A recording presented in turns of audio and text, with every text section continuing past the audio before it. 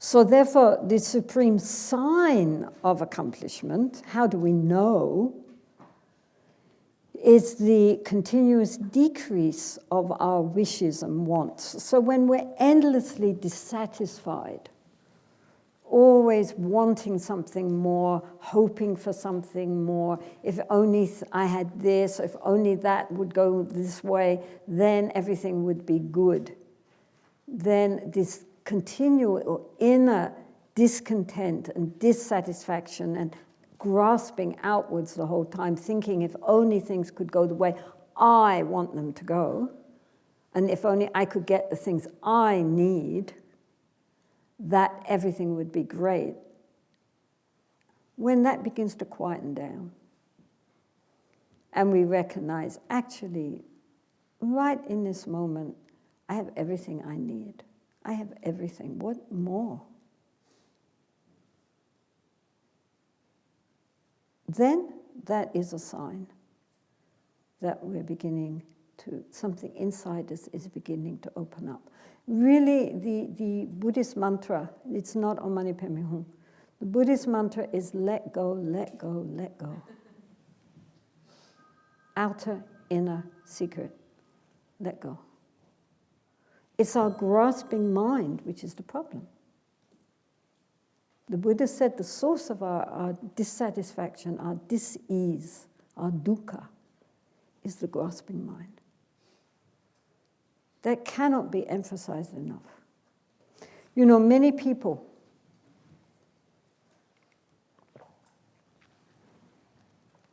ask about how to deal with anger. Why? Because anger is uncomfortable. You know, we are not at peace when we're angry, even if we're angry about peace.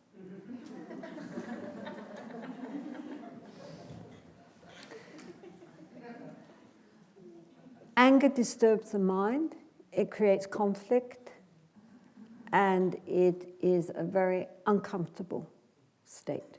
So many people ask about how to deal with anger, which is valid. We should wonder how to deal with anger. But very few people ask how to overcome my greed. Why? Because greed, if it is sometimes satisfied, is pleasurable, we think. And therefore, yeah, of course we don't want to be so greedy, but you know, it's nice getting what we want.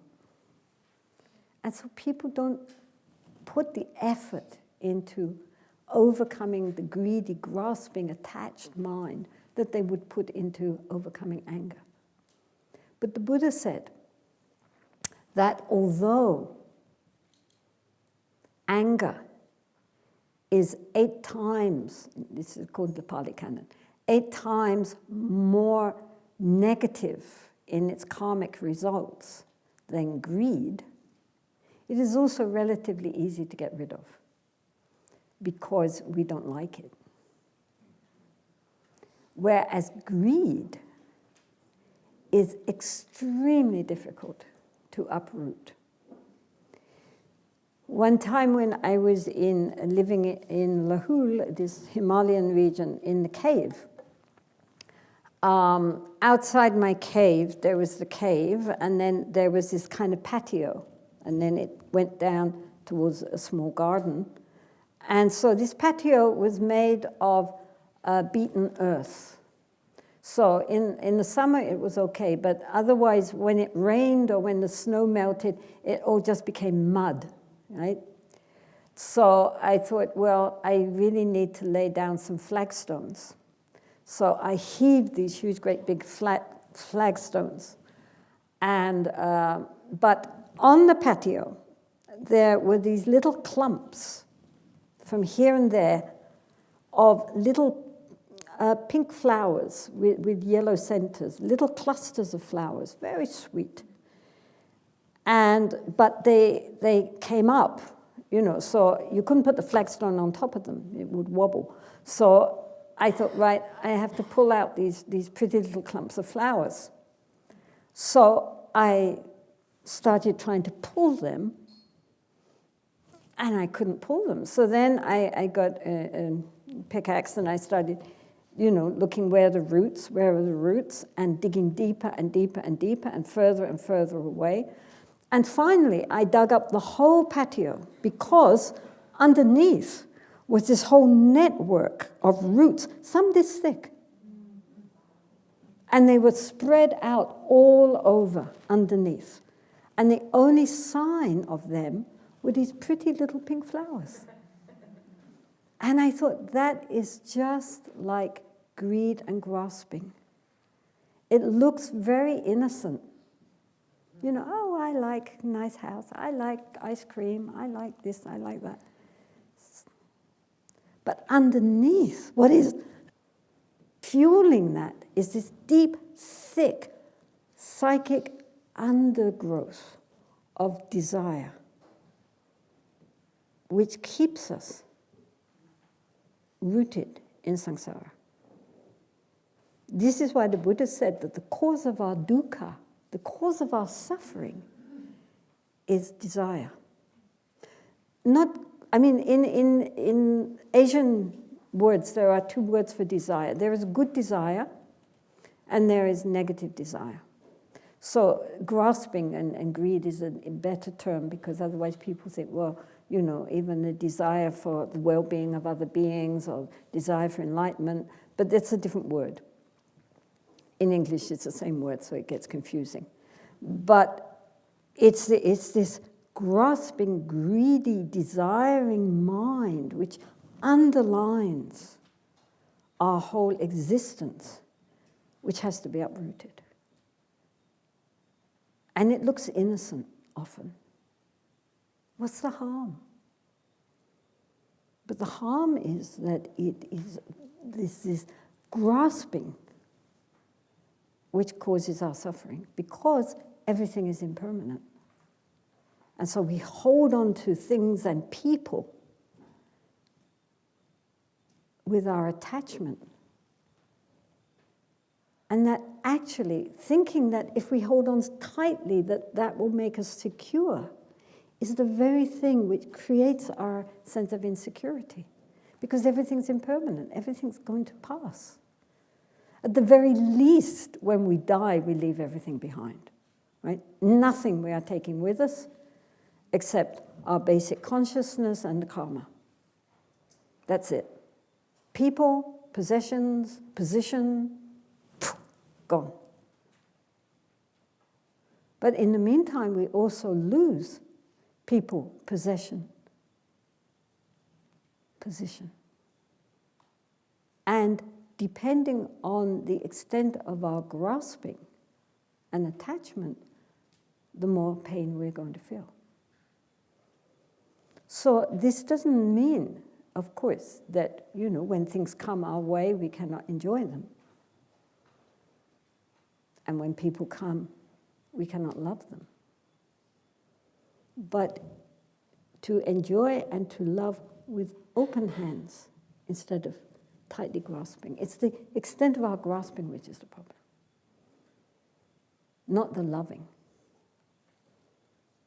The Buddha always encouraged us to have love. His example of loving kindness is of a mother to her only child. That selfless love, that the mother would do anything for her child. He said, that's the kind of love we want, which puts the child first. But then that love we extend to all sentient beings. That's the point.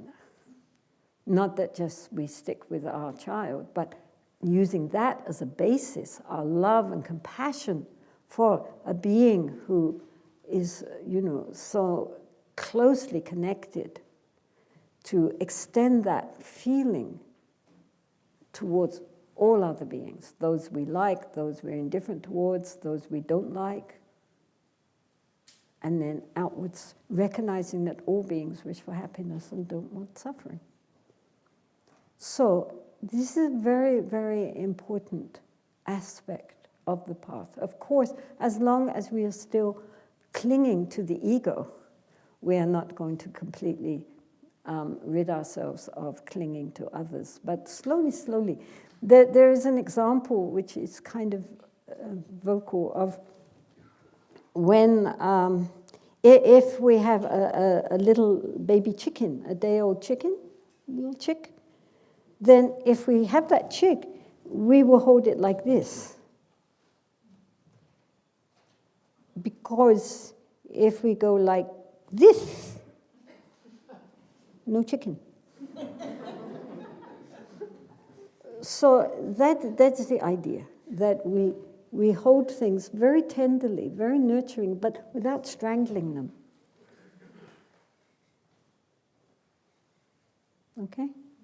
And we could go on like this forever, but we have a lot of verses to get through. But it's important to remember that the Buddha did say that the cause of our dissatisfaction, the cause of our suffering, our dukkha, is because of the grasping mind. The grasping mind depends on our ego, but nonetheless it's this grasping which is the problem. Not love and compassion, those are good things, but this inability to hold openly without wanting to control and to own and to keep it. So sometimes I say that attachment, because people get confused, attachment means I love you. Attachment to a person. I love you, therefore I want you to make me happy. Genuine love says, I love you, therefore I want you to be happy. If that includes me, very good. If it doesn't, your happiness is what counts. That's genuine love.